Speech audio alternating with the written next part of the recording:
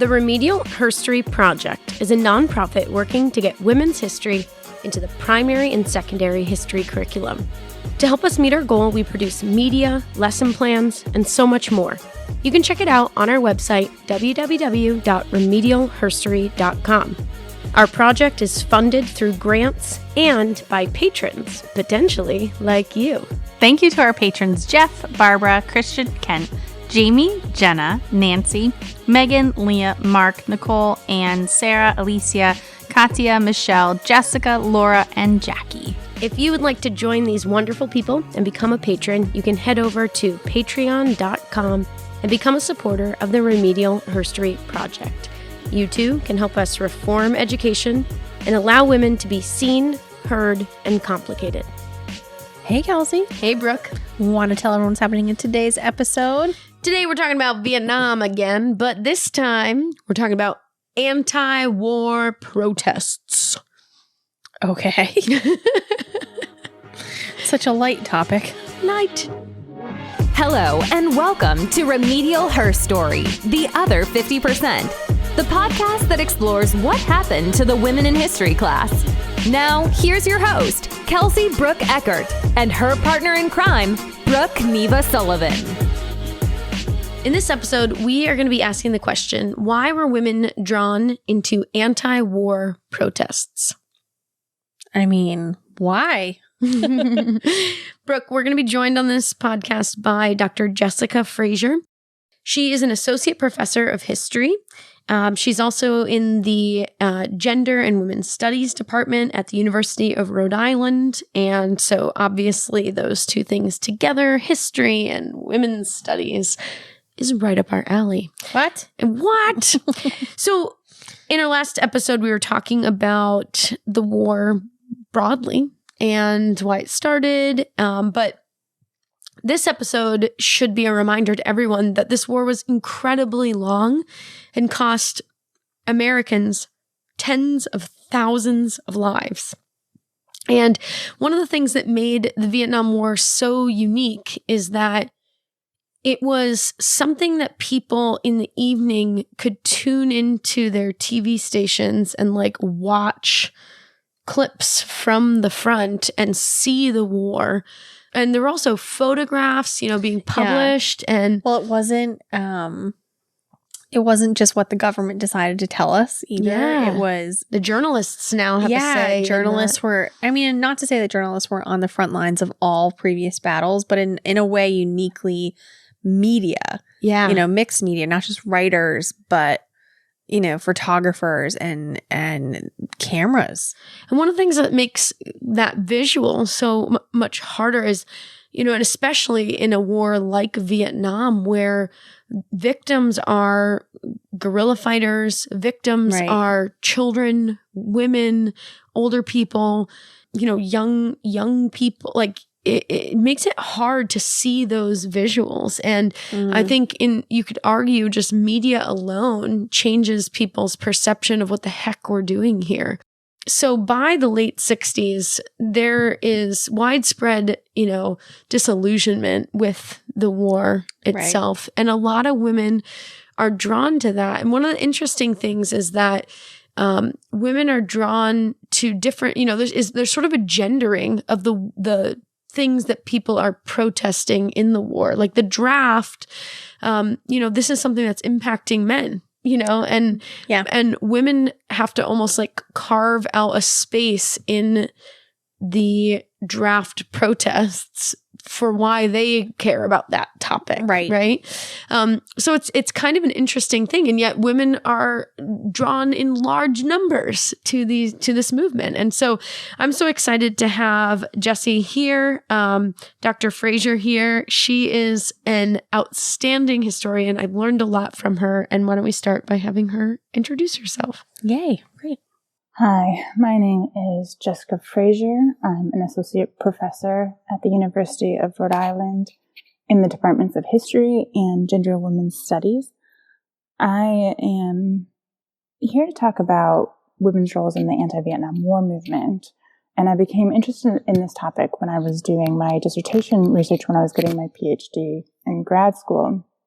I had been planning on researching women in Chicago society in the 1950s, and I went to the Chicago Historical Society to look at manuscript collections there. And while I was there, I opened up the manuscript collection of a women's organization called Women for Peace. It's also known as Women's Strike for Peace in other parts of the country.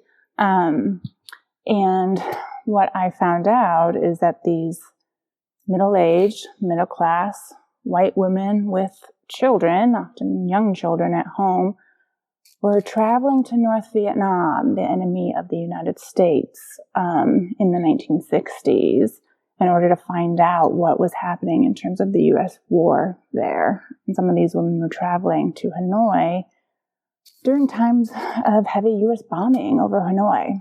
And that got me wondering what was going on.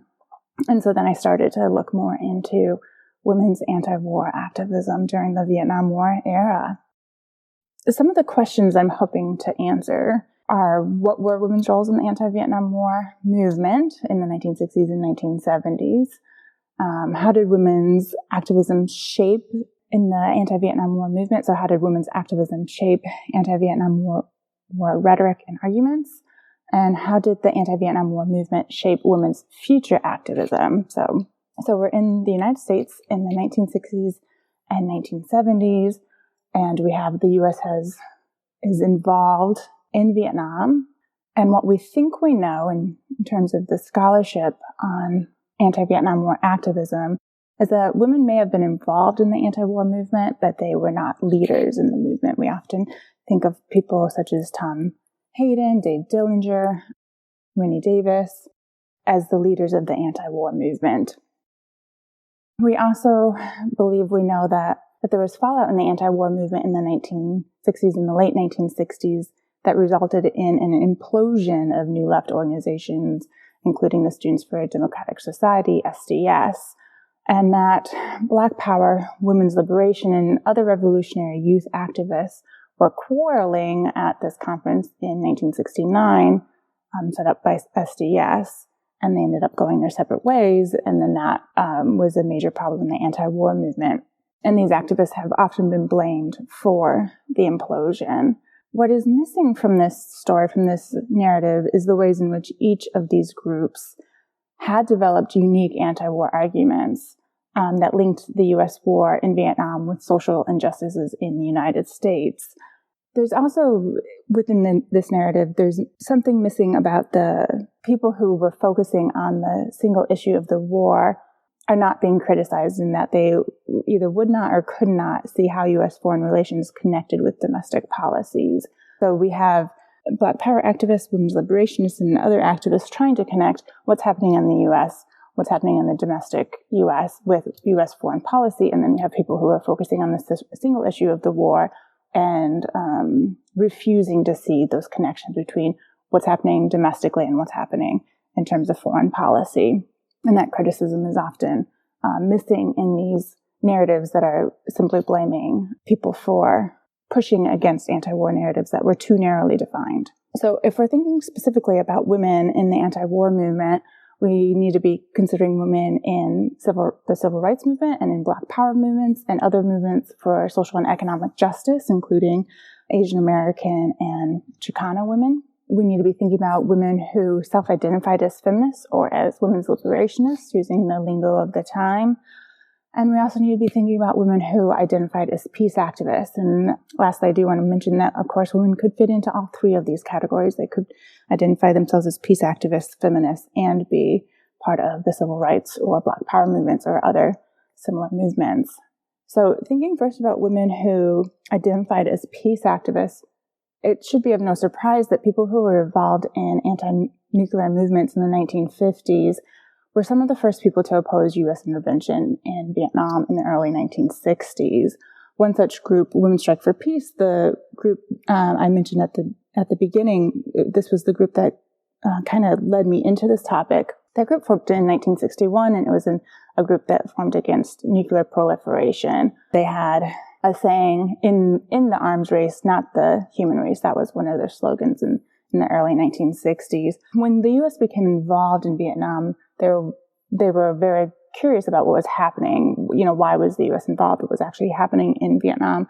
And in May of 1965, so this is then 2 months after the U.S. began bombing over North Vietnam, 2 white peace activists, members of Women's Strike for Peace, Mary Clark and Lorraine Gordon, they traveled to Moscow. They were invited for a commemoration of the end of World War II. So, and while they were in Moscow, they met with members of the Vietnamese Women's Union. This is an organization coming out of Hanoi that has links to the North Vietnamese government. And it was an organization that was trying to work on something that the Hanoi government called people's diplomacy, so people-to-people diplomacy. And both Mary Clark and Lorraine Gordon wanted to find out more for themselves about what was actually going on in Vietnam and why the United States was involved and what U.S. bombing meant over North Vietnam and all of those questions. And so actually out of Moscow, they ended up traveling to Hanoi in May 1965 to see a little bit of what was happening. And then while they were there, they also planned a meeting to take place in Jakarta, Indonesia, be a small meeting between about 9 Vietnamese women and about 10 U.S. American women to take place in July 1965. And there, the U.S. and Vietnamese women could meet to talk more about what was happening in terms of U.S. intervention and how they could end the war. And this became the beginning of a decades-long relationship, in some cases, between American and Vietnamese women. And it also was the beginning of a fairly consistent, a fairly continuous exchange of information between Women's Strike for Peace and members of Women's Strike for Peace and the Vietnamese Women's Union. Again, the Vietnamese Women's Union is has connections to the government in Hanoi. And over the course of the U.S. war in Vietnam, U.S. women's peace activists would co-host, along with Vietnamese counterparts, similar conferences between women. Some of them were just as small as the Jakarta one, where it was only maybe about 20 women in total there, and some of them were much larger. They met in Paris in 1968, for example, and that one was between women in France, American women, and Vietnamese women. About 50 or so women there. They met in Cuba, they met in Canada. They met in Canada a couple of times in 1969 and again in 1971 for a much larger conference that included thousands of women, of Canadian and U.S. American women, and about 6 Vietnamese women and 2 Laotian women. Also beginning in 1969, a woman who was a member of Women's Strike for Peace, Cora Weiss, along with Dave Dillinger, who is a fairly well-known anti-war activist, organized monthly visits on the part of U.S. citizens to Hanoi. It would be about 3 U.S. citizens, usually 2 men and 1 woman, or 2 women and 1 man, to visit Hanoi, and again, to just have this exchange of information, what was happening on the ground in North Vietnam, because at the time it was really hard for U.S. citizens to know what was happening in North Vietnam. North Vietnam wouldn't permit reporters from the United States into North Vietnam. Generally speaking, very few reporters were permitted visas. And so there wasn't much news coverage. And so this was one of the things that the Hanoi government did allow non-state activists to go to Hanoi. So this was one way to find out information. An important point of the Women's Strike for Peace aspect of this story and women in peace movements is that they used maternalist rhetoric quite often to make anti-war arguments. So Women's Strike for Peace would say, not our sons, not your sons, not their sons. And this built off of and added to anti-draft arguments against the war. Now, on the Vietnamese side, they did also agree with maternalist arguments, but it was quite clear that being a good mother or being a good woman also meant taking up arms in defense of their nation. And so there were Vietnamese women who took part in military activities. And there's an ancient proverb in Vietnam that says something like, when war strikes close to home, even the women must fight. This was something that members of Women's Strike for Peace, many of whom were pacifists and didn't believe in violence for any reason, overlooked. But this image of Vietnamese women as capable of being militant became something that other women involved in anti-war activities kind of honed in on, and they could use that for their own needs, which I'll get to. So women in the civil rights movement and also in the Black Power movement, the civil rights movement being a movement in the 1950s and early 1960s that kind of changes into the Black Power movement in the late 1960s when it's a shift from civil rights, voting rights, things like that, to looking for social and economic justice. So Coretta Scott King, the wife of Martin Luther King Jr., participated in WISP, so Women's Strike for Peace events, and also events hosted by the Women's International League for Peace and Freedom. And in 1968, she was at a Women's International League for Peace and Freedom conference, and there she said, quote, "I am here to relate the injustice of the present war, the war in Vietnam, to the injustice of poverty and racism at home," end quote. And this is something that women in the civil rights movement, men in the civil rights movement too, but women in the civil rights movement did. They took the anti-war rhetoric and the civil rights rhetoric, and they combined the two to show how U.S. domestic policy and U.S. foreign policy had similar problems. And Coretta Scott King wasn't alone. Diane Nash, who was a leader in the sit-in movement in Nashville, Tennessee in the early 1960s, and had also participated in the freedom rides, she also had similar rhetoric and joined the movement for racial justice with the movement against U.S. involvement in Vietnam. She ended up visiting Hanoi along with 3 other American women in December of 1966. And this was during a period of heavy bombing by the U.S. over North Vietnam. And she was hosted by the Vietnamese Women's Union. And she was most struck when she went to Hanoi, she was most struck by the civilian casualties. She wasn't sure whether, what U.S. bombs were hitting. And so that was something that she paid attention to, was that there were a lot of civilian deaths happening. And she compared, when she came back to the United States, she gave several press conferences, particularly to the African American press, and she compared the treatment of Vietnamese and African Americans on the part of the U.S. government. And she was arguing that neither had full access to democracy promised by the U.S. government. And again, this was something that others in the civil rights movement were also arguing. They would compare the violence that African Americans faced when they were trying to go register to vote with the violence that the Vietnamese were facing, and the fact that South Vietnam, which was supposed to be being upheld as a democracy, wasn't a true democracy, in that who was presiding in Vietnam in the mid-1960s, they were not actually elected officials. A few years later, another African-American woman, Elaine Brown, who was a member of the Black Panther Party, so a Black Power group formed in 1966, she made similar comparisons between the treatment of Vietnamese civilians and African Americans. And by the late 1960s, there becomes an anti-imperialist rhetoric in the anti-war movement through these types of circles. So through Black Power activists and other revolutionary youth activists, they begin calling the United States an imperialist nation. And so then they begin using anti-imperialist rhetoric and saying that U.S. imperialism is the common enemy between, in Elaine Brown's case, Black Americans and the Vietnamese. So there's a quote by Elaine Brown where she links African Americans and Vietnamese, and she says, "African Americans whose, quote, own people are dying and suffering under racist, fascist terror right now here in Babylon, here in the United States," end quote, with Vietnamese who were, quote, concerned right now with the survival of their people, end quote. And her implication was that the U.S. government thought little of killing either African Americans or Vietnamese. And so she's arguing that there's a similar state-sanctioned violence against both African Americans and Vietnamese. And she also, bringing it into women's activism and a possibly feminist perspective, so she also wanted revolutionary gender roles within the Black Power movement and looked to militant Vietnamese women for inspiration. And so she looked at the fact that Vietnamese women could fight and were supposed to fight as good mothers and as part of their womanhood, as something that Black women, especially Black women in the Black Power movement, could look up to and say, we should also be able to take on these militant roles in this movement, as well as just like Vietnamese women can. It does not preclude our femininity.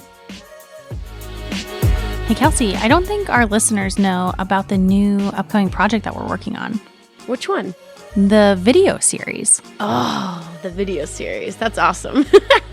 I know. So I thought we could tell them a little bit about what the project is, how it's funded, and what the purpose is.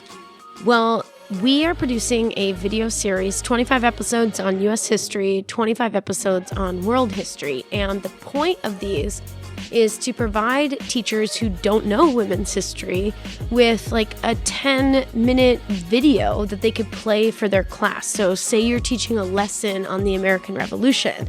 Here's 10 minutes about women in that time period. Amazing. And it could be a foundation that you can springboard from and do something really cool on those women. And these videos are, yes, you, but they are fully scripted. You can look at the scripts. They're nicely edited with some really great content. Yep. They're vetted by historians, 2 PhDs at least in history. So, people smarter than me. But they're going to be free, and they're on YouTube. And they'll be on YouTube. They also have a comedian from Hollywood who is helping to make them funny. So it's, because I'm like kind of boring. No, very funny. But that's awesome. So they're really engaging and they're really cool content. So more to come there. So we have those coming out. And those are funded through grants? Through our patrons. Okay. So their, contributions to us through Patreon are supporting that project. And then we also have a lot of people that have been donating through Instagram, Facebook. We have a Venmo account. You can find us there. That's awesome. And they're making those contributions. So yeah, it's an amazing thing. And if this is something that you're like, yes, that's what teachers need, every penny helps because it is a really expensive project. So totally. And we had a match donor for a while there too, which is really cool. So definitely if you're interested in those, feel free to donate. You can donate right on our website, Instagram, and Venmo. Yeah. Which is awesome. Great work. I'm excited to see the rest of those videos. Oh, Brooke, thanks for your support of the project. Awesome.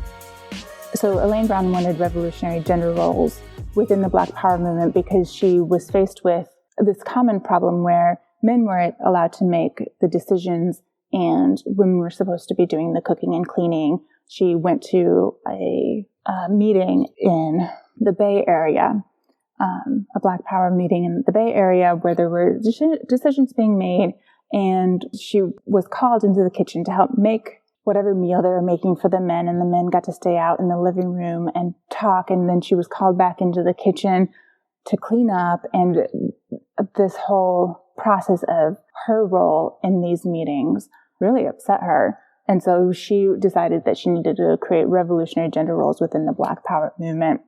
And she looked to Vietnamese women for inspiration in that she saw them as being able to have these militant roles and also be feminine. And women in the Chicano movement faced similar challenges as women in Black Power movement in that they were kind of pushed away from decision-making roles and were supposed to be doing the cooking and cleaning and staying in the kitchen.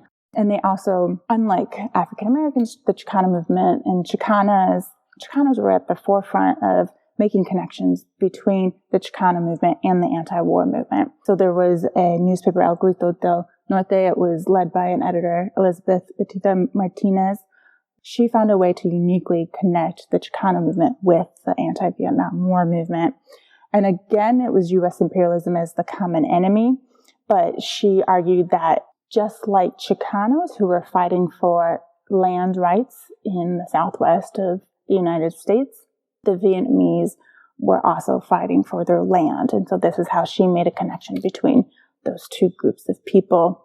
Chicanos were, at the time, they were in the heat of land struggles in the southwest of the United States. And they traced their history back to the Mexican-American War of the 1840s, and they claimed that there was land theft on the part of quote-unquote Anglos following the war. And so this became part of the rhetoric that Martinez and El Grito del Norte and Chicanos connected to. In terms of gender, Chicanos looked to Vietnamese women in similar ways as African-American women did, showing that they could be both militant and feminine.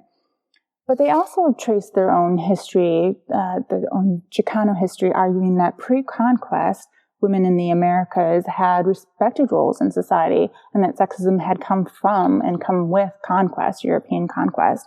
And so they traced their roots to indigenous cultures in the Americas, and they claimed that it was European imperialism that created sexism And for Vietnamese, it was U.S. imperialism that was causing sexism. And they also were arguing that both Chicanos, like the Vietnamese, were waging a battle for cultural survival, and that Chicanas had a key role to play in this battle for cultural survival. Turning to Asian American women, we see that they face similar challenges as other women in anti-war and social justice movements, again facing sexism within the Asian American movement. They also had the unique challenge of the invisibility of Asian Americans in U.S. society. At the time, in about 1970, Asian Americans were about 1% of the U.S. population. And they were often either seen as Asians in America or they weren't seen at all. So they were not visible in the U.S. psyche. But during the U.S. war in Vietnam, Asian Americans faced racial epithets, so anti-Asian sentiments. A lot of anti-Asian racial slurs were slung at them. And this wasn't new in terms of the 1960s and 1970s, but Asian American women were often seen as both sensual and doll-like and exotic. Asian Americans were facing anti-Asian sentiment in the United States due to the U.S. war in Vietnam. So they had a unique perspective on the Vietnam War in terms of the fact that they saw themselves as more closely in relationship with the Vietnamese, in terms of they would say things like it was just a chance of birth that they were born in the United States rather than in Vietnam. So there was a more direct connection of the fact that they were all Asians of Asian descent. And so they looked at the Vietnamese as relations. Most of Asian Americans at this time were of Japanese, Chinese, or Korean descent. Asian American women also looked to Vietnamese women as paragons as a certain kind of womanhood, but they saw themselves as sharing a common history and heritage. And they saw Vietnamese women as on the vanguard of a new society where women could be both revolutionary and also see to their family duty. So there was like a more direct relationship between Vietnamese. They saw themselves as having a more direct relationship with Vietnamese women in terms of their common Asianness. So coming out of all of these movements and women's anti-war activism more broadly are various versions of feminism and ideas about women's liberation, what it meant to be a feminist, and what women's liberation could mean. And there were also specifically feminist anti-war arguments coming out of these. So some of these we've already touched upon, but in 1971, Women's Strike for Peace, along with a couple of other organizations, hosted the Indochinese Women's Conference. Women's liberation activists were also key in hosting this event, and women of color were invited to help host, but they were not given the same type of means of actually kind of having a say at the ground level. So in attendance, there were two different conferences that made up the Indochinese Women's Conference. One took place on the East Coast in Toronto, and the other took place on the West Coast of Canada in Vancouver. And 6 women from Southeast Asia attended, from Vietnam and Laos. At the time, by 1971, the U.S. was also involved in Laos. And one of the central questions in the Chinese Women's Conference, in particular for women's liberationists, is why the war was a feminist issue. What made it a feminist issue? Something that women who claim to be women's liberationists, why should they care about the war? And they came to the conclusion that it was the way that the war was waged that made it a feminist issue. So the fact that rape and sexual violence were used as weapons during the war, that made it a feminist issue. Also, they came to the conclusion that the changes in the South Vietnamese society, which is where the U.S. was supposed to be involved in making and building and maintaining and upholding a democracy, that the way that South Vietnamese society actually functioned, that made the war a feminist issue because they saw South Vietnamese society as deteriorating under U.S. intervention. So, for example, they pointed to the fact that there were about as many prostitutes in South Vietnam as there were GIs in South Vietnam in the early 1970s. This happened because women and children and men had to leave rural villages to move to Saigon, where it was safer. And many women ended up turning to prostitution as a form of survival. And so these were a couple of the points that came out of that conference, where this is why war is a feminist issue, because of the way that war is waged makes it a feminist issue. There is particular gendered aspects to the way that war is waged, and also the effects of war is has gendered aspects to it. And so this is why it's a feminist issue, and this is why women and women's liberationists and feminists need to care in particular. At this conference, attendees also connected some of the dots that were happening in the various different movements: the Black Power movement, Civil Rights movement, Asian American movement, Chicana movement, women's liberation movement, and peace movement. They began to see connections between the different oppressions that various groups faced. And so today we would call this intersectionality, or we could see this as the beginning of seeing intersectionality. At the time, they were speaking about imperialism, capitalism, sexism, and racism as interconnected issues. And they were arguing that these issues were brought to Vietnam through U.S. intervention, and they were also the causes of problems within U.S. society as well.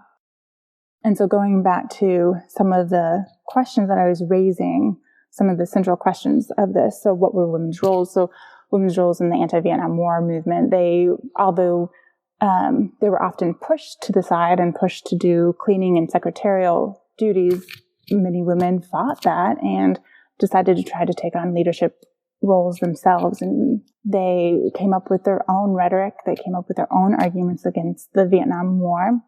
And in turn, they also, through their anti-Vietnam War activism, they also came up with unique versions of feminism that spoke to and theorized the connections between oppressions of women in the United States of various ethnic and racial backgrounds and women in Vietnam. Dr. Frazier, thank you so much for sharing this interesting history with me. I have to admit, I'm feeling like very much a generalist as I'm listening to you and learning about women in this movement. And for me, I'm realizing that I didn't realize there were so many standout individual women that were involved in this movement. And I knew women were in it because a lot of the pictures of the movement are of women holding flowers and in line and marching. And probably my favorite picture is this woman who has a sign that says "Bombing for peace is like effing for virginity." Those sort of things come to mind. So, I know they were there, but I guess I didn't realize that there were so many named women there. And thank you for illuminating that for me.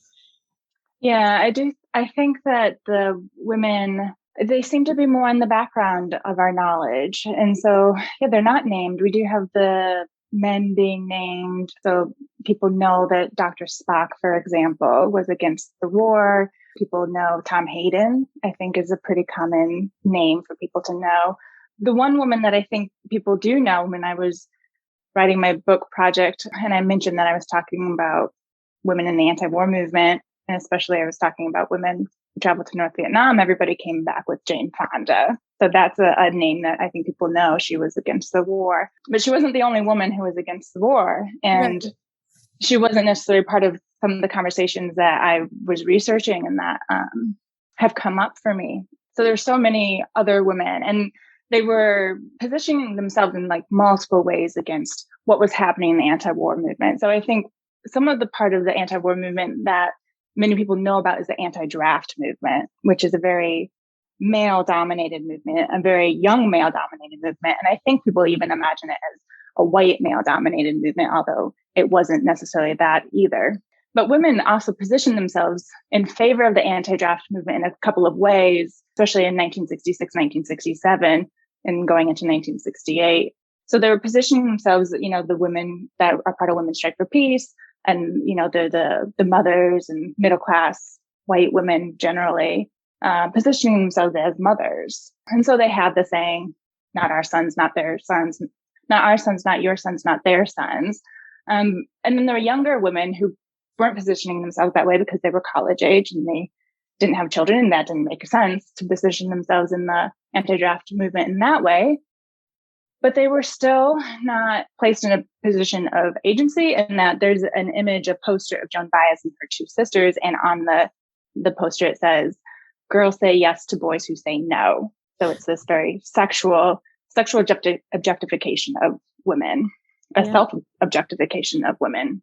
And so there was a pushback against this. And there's a pushback against this within feminist circles, within women's liberationist circles, as it would have been known at the time. But also a pushback from women in the Black Power movement, women in the Asian American community, women in the Chicano movement, who also did not want to position themselves as sexual objects and had been, African American women.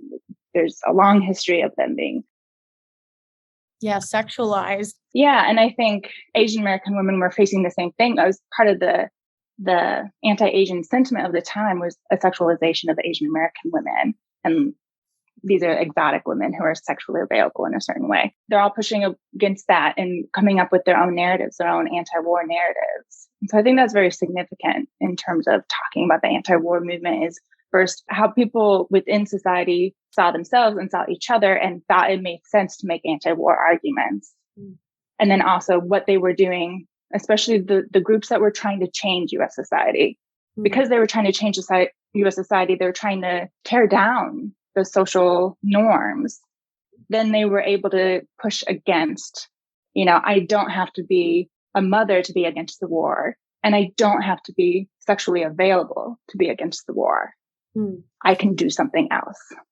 That's so interesting that there are sort of these positions that people can be in, and they use that position to voice an argument for the war. And then, but then also realizing that this is a pretty diverse movement. It's not just young people. It's not just moms. It's not that there's a lot of people, and men and women. You don't have to be drafted yourself to be opposed to the draft. So, wow, that's really, really insightful. And I feel like a layer that needs to be improved, at least in the way that I've seen Vietnam War history taught, and especially the protests, right? I think of, Martin Luther King and Muhammad Ali and some of these big names that spoke out. I think they are just one piece of this like very multifaceted movement. Mm-hmm. Yeah. I think what's really interesting about it too is the multiple ways that people saw U.S. society and what it could become. So there were some people who were against the war, and I think they were okay with the way that U.S. society was. But there were a lot of people who were part of different types of liberation movements. So they wanted a new society, and they saw the war as part and parcel of the problem with what was happening within the United States. That, the U.S. is okay with doing this type of foreign policy. They're okay with intervening in this nation in this way. That's also why they're treating our communities like this, that it's like very much connected. The foreign policy and the domestic policy in their eyes are very much on the same page, where I think others who were against the war were simply against the war. They were okay with whatever the U.S. was doing at home, so they weren't against the domestic policies. That's interesting. That's kind of like the spectrum of maybe more progressive politics or something represented there as well. Yeah. Wow. So your book is out and available for people to purchase. Where can they find it? So they should be able to find it on Amazon, of course. It's published through the University of North Carolina Press. It's available there as well. Oh, amazing. Well, I hope everybody goes, buys this book, reads, and learns more about how the women that they forgot to get in. Thank you. Dr. Frazier, thank you so much. And I am so grateful to you and all the research that you've done. This is just wonderful. Yeah, thank you for inviting me. This was a lot of fun. Thanks so much for listening to Remedial Herstory, the other 50%. Please subscribe, rate, and review wherever you listen to your podcasts to bring more voices to the conversation. We really appreciate that effort. Until next time.